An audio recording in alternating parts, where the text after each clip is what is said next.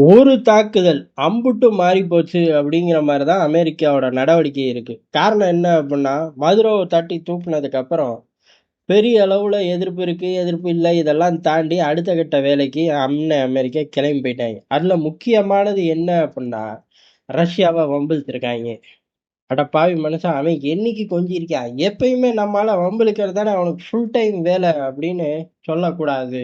இந்த தடவை விசித்திரமா வம்பிழுத்துருக்காங்க. ஒரு நாள் முன்னாடி என்ன சொன்னாங்க? பேச்சுவார்த்தை ஓடிக்கிட்டு இருக்கு.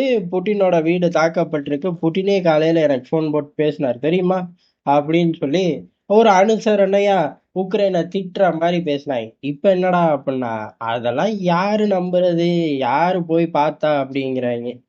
ரஷ்யாவுக்குள்ள யாரு போய் பார்க்கறது? அதுவும் அமெரிக்கா போய் பார்க்கிறதா? பார்த்தாலும் சொல்லிப்புட்டு தான் மறுவேலை பார்ப்பேன் அப்படிங்கிற மாதிரி ரஷ்ய அதிபர் புட்டினோட வீடு தாக்குனது ஒரு விஷயமே இல்ல. இன்னும் சொல்லப்போனா அது பொய்யோ, உண்மையோ அப்படிங்கிற மாதிரி ட்ரம்ப் ஒரே அடியா இறங்கி அடிச்சிட்டார். அது மட்டும் கிடையாது. கிரீன்லாந்து அப்படிங்கிறது அமெரிக்காவுக்கு சொந்தம் அப்படின்னு லேபிள் மட்டும் ஒட்டல. மத்த எல்லாத்தையும் செஞ்சுட்டாரு. காரணம் என்ன அப்படின்னா, அது ரஷ்யா, சீனாவோட கப்பல்கள் தான் வந்து போய்க்கிட்டு இருக்கு. அது உலகத்துக்கே ஆபத்து. எது கிரீன்லாந்துல ரஷ்யாவும், சீனாவும் கப்பல் விடுறது உலகத்துக்கே ஆபத்தாகும். பக்கத்திலேயே பாகிஸ்தான்ல அணு ஆயுதத்தை வச்சுக்கிட்டு மிரட்டிக்கிட்டு திரியிறான். பாகிஸ்தானுக்கு ஒண்ணுன்னா பாதி உலகத்தை சரிச்சுப்புடுவோம் அப்படின்னு பேசினா தீவிரவாதி ஆசிம் முனிர். அதெல்லாம் காதுக்கே கேட்கல. ஆனா தண்ணிக்குள்ள கிரீன்லாந்து பக்கத்துல ரஷ்யாவோட கப்பல் போறது அப்படியே ஒரு காதுக்குள்ள கேட்டுருச்சு. அபாய சங்கா கேட்டுருச்சு ட்ரம்ப்புக்கு. அதனால கிரீன்லாண்டை நாங்க எடுத்தே தீருவோம். அமெரிக்கா கிட்ட இருக்கிறது மட்டும்தான் கிரீன்லாந்துக்கு பாதுகாப்பு அப்படின்ட்டாங்க. கிரீன்லாந்து கிரீன்லாண்டாலேயே பாதுகாக்க முடியாது அப்படின்னு சொல்லிட்டாங்க. ஓ, அப்படி ட்ரம்ப் புட்டின் விவகாரத்துல ஆரம்பிச்சு கிரீன்லாந்துல போய் நின்ட்டாரா அப்படின்னு கேட்டா அவரு நிக்க அவரோட சகாக்கள் அப்படின்னு அடுத்த கட்ட விஷயத்தை கிளப்பி விடுறாருங்க. அமெரிக்க ஏஜென்சிகள் தீவிரமா ஒரு விஷயத்த சொல்லுது. என்ன கிரீன்லாந்து அமெரிக்காவுக்கு சொந்தம் அவ்வளவுதானே அப்படின்னு கேட்டோம்னா அதெல்லாம் கிடையாது, அது எங்களுக்கு சொந்தம்னு நாங்க ஏன் சொல்லி காட்டணும் அப்படின்ட்டாங்க. ரொம்ப கூலா நடந்துக்கிறாங்க. காரணம் திமிரு. வெனிசுலாவை கைப்பற்றிட்டோம் அப்படிங்கிறது. வெனிசுலாவை கைப்பற்றினாலே திமிரு வந்துருச்சான்னு கேட்டா அங்க உள்ள ஆயில் தனக்கு சொந்தம் அப்படிங்கிறனாலே திமிரு வந்துருச்சு. சரி இருக்கட்டும். அடுத்த கட்டமா ஈரான் தான். ஈரானை நோக்கி தான் போறார்கள். நாங்க போறது இருக்கட்டும். ஈரான்ல கமேனி இருக்காரா அப்படின்னு 2 தாட்டி செக் பண்ணுங்கங்கிறாங்க. காரணம் என்ன அப்படின்னா, முழுசா கமேனி தயாராயிட்டாராமா. எது? ஈரானை விட்டு தெரிச்சு ஓட. போராட்டம் ஜாஸ்தி ஆகிக்கிட்டே இருக்கு. போராட்டத்தை அடக்க போராடுறார்கள். அது ஊரறிஞ்ச உண்மையாகி போச்சு. ஐஆர்ஜிசி களத்துல இறங்குது, சுடுது, கைது பண்ணுது. இந்த மாதிரி பல விஷயங்களை இப்ப கட்டவிழ்த்து விடுறார்கள். போராட்டம் அடக்கி இவர்களுக்கு அனுபவம் உண்டு. ஆனா இப்ப போராட்டம் கைமீறி போகுது. கமேனியை நோக்கி ஓடி வரார்கள் போராட்டக்காரர்கள் அப்படிங்கிற மாதிரி பெரிய அளவு நியூஸ் ஸ்ப்ரெட் ஆகுது. காட்சிகளும் அப்படிதான் இருக்கு. இருந்தாலும் கமேனி ஊரை விட்டு ஓடுற அளவுக்கு இருக்குமா? இலங்கை, பங்களாதேஷ், நேபாள் மாதிரி மாறுமா அப்படின்ற கேள்விக்கு தான் யார்கிட்டையும் பதில் இல்லை.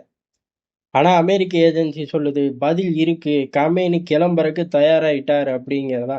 கமேனி மட்டும் கிடையாது, ஒரு 28 அவரோட குடும்ப உறுப்பினர்கள் ரஷ்யால வாழ்றதுக்கான எல்லா ஏற்பாடுகளும் செய்யப்பட்டிருக்கு. அதே சமயம் கமேனிக்கு தேவையான, அதாவது ஈரானுக்குள்ள உள்ள சொத்துக்களை எப்படி வெளியில அனுப்புறது, அந்த வேலைகள்ல ஸ்பெஷலா ஒரு டீம் ஏற்கனவே இறங்கிருச்சு. இதை தாண்டி கமேனியும் கமேனியோட உள்வட்டம் வெளிவட்டம் எல்லாருக்குமே வெளி உலகத்துல ஏகப்பட்ட செல்வாக்கு இருக்கு. ஈரான்ல இருந்து கையை வீசிட்டு போனா கூட வெளியில எல்லாருமே அடுக்கி வச்சிருக்கார்கள். அதனால எந்த ஒரு பிரச்சனையும் இல்லை. இருந்தாலும் இறுதி நேரத்துல திரும்பி வர முடியாதுல்ல. மன்னர் ஷா 2.0 மாதிரி கமேனிக்கும் ஆகி போயிரும் அப்படிங்கிறனால எல்லாத்தையும் வாரி சுருட்டிட்டு கிளம்பி போக தயாராயிருக்கார் அப்படின்னு சொல்லி அமெரிக்க ஏஜென்சிகள் வெளியிடுறாங்க. அப்ப சூடை ஏத்தி சத்தியம் பண்ணதாக நம்மளாம் நம்பிதான் ஆகணும். வேற வழி இல்லை. கமேனி ஓடுற லெவல்லே இல்லாட்டியும் ஓடிடுறார் அப்படின்னு சொல்லி யாரையாச்சும் கை காட்டுவாங்க. நம்மளை ஒத்துக்கிட்டு தான் ஆகணுங்கிற மாதிரி இருக்கும். ஆனா ஈரான்ல ரொம்ப மோசமான சூழ்நிலை இருக்கு. இந்த மோசமான சூழ்நிலை மேலும் மோசமாகும் அப்படிங்கிறது அமெரிக்கா கொளுத்தி விட்டுரும். என்ன வேணாலும் பண்ணுவார்கள்.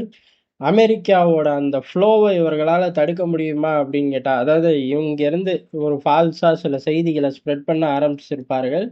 அதை தடுக்க முடியுமா அப்படின்னு கேட்டா, ஈரான் ரொம்ப வீக்கா இருக்கு. எந்த அளவுக்கு வீக்கு அப்படின்னா, அவர்களால ஈரானுக்குள்ள தளபதிகளையே காப்பாற்ற முடியல. முந்திலாம் 1 டசன் ப்ராக்ஸிகளுக்கு ஆபத்து அப்படின்னா, கஷ்டப்பட்டு எல்லையை தாண்டி ஈரானுக்குள்ள கொண்டு போயிருவாங்க. கொண்டு போனதுக்கப்புறம் பிரச்சனை இல்ல, தப்பிச்சிடலாம் இஸ்ரேல் கையில இருந்துன்னு இருந்துச்சு ஒரு காலகட்டத்துல. ஆனா இப்ப சமீபத்துல நடந்த தாக்குதல்ல அதெல்லாம் தூக்கி சாப்பிட்டாங்க. ப்ராக்ஸி உள்ள வரான், வெளில போறாங்கிறத தாண்டி, ப்ராக்ஸிக்கு உத்தரவு போடுற ஈரான் தளபதிகளுக்கே டிக்கெட்ட கிழிச்சு தந்தாங்க. எங்க? ஈரானுக்குள்ள வச்சே. அப்ப இப்ப செய்திகள சும்மா எப்படி பம்ப் பண்ணுவார்கள். அதனால ஏகப்பட்ட பிரச்சனைகள் ஈரான் சார்ந்து இருக்கு. வெனிசுலாவுக்கு அடுத்து விழப்போறது ஈரானா? இல்ல கிரீன்லாண்டா? அப்படின்னு அமெரிக்கா சீட்டு குலுக்கி போட்டு விளையாண்டுகிட்டு இருக்கு. அந்த அளவுக்கு ரொம்ப நத்தாஜி ஆயிப்போச்சு தலைவனுக்கு. செய்யட்டும். எம்புட்டு நாள் அப்படின்னு பார்ப்போம். உருப்படியா ரஷ்யா கொஞ்சமாச்சும் பேரை சரி பண்ணணும் அப்படின்னா, ரஷ்ய அதிபர் மாளிகை தாக்குதலுக்கு பதில் தாக்குதல் ரஷ்யாவா இறங்கி தீவிரமா செஞ்சு விட்டுறணும். அவன்கிட்ட சொன்னேன், இவன்கிட்ட சொன்னேன் அப்படின்னா சொல்லி அசிங்கப்படுற மாதிரி ஆகி போயிடும். அந்த வேலையை ட்ரம்ப் ஆரம்பிச்சிட்டாரு. இனி அமெரிக்க ஏஜென்சிகளும் ஆரம்பிப்பாங்க. அதுக்கப்புறம் அழுது புண்ணியம் இல்லை.